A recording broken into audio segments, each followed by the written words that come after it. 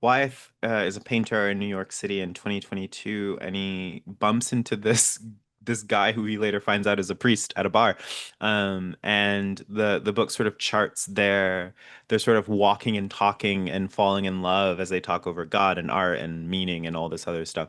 And at the same time, as you say, like he works as an art restorer, and he goes to work at one morning at the start of the book, and there's this new assignment where he's meant to work on these drawings that are found in a desk somewhere upstate, and he's meant to find out whatever he can about this missing artist. And so he sets to work in doing that. And I always think like a book needs like a book needs a spine, and it's got to sort of take on like it needs an engine. It needs an engine of revelation, but also an engine of plot.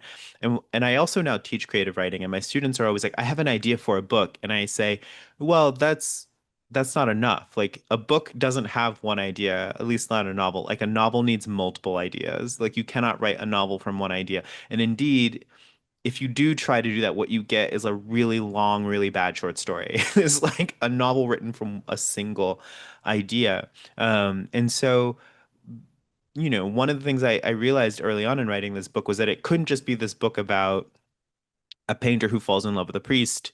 It's also got to be about a painter sort of reckoning with his historical moment and what does it mean to sort of make art that is politically motivated, or like when does art become politically motivated? And at the same time, it's got to be this sort of like guy on the hunt of this long lost painter, and that the book needs all three of those kinds of tracks in order to sort of work, because that's how our lives are, right? Like our lives are, I'm here doing this interview, but also I'm gonna have lunch with a friend, but also I'm doing this, I'm doing that. Like I'm a teacher, I'm an author, I'm a friend, I'm a brother, I'm a whatever, right? And so I always think that like a novel needs, if it's gonna feel like life, it needs those different things going on, because like who was ever doing just like one thing a whole summer? You know what I mean? Like who was I was when I was writing this book, I was writing this book and editing someone else's book because I work as an editor for a small press.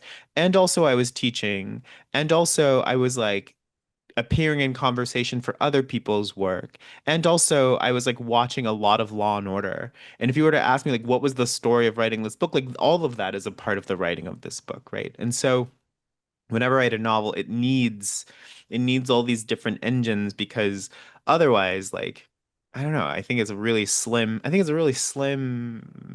experience that you're trying to slice and turn into a novel.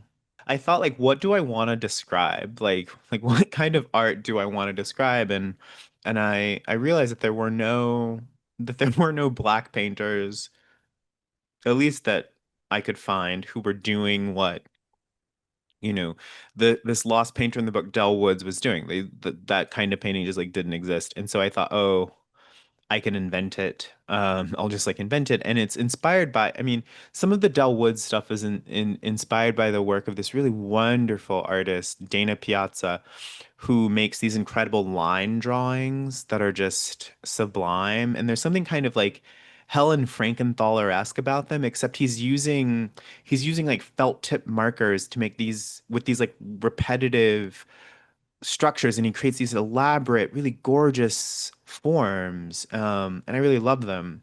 And so there's a lot of his work in the work of Del Woods.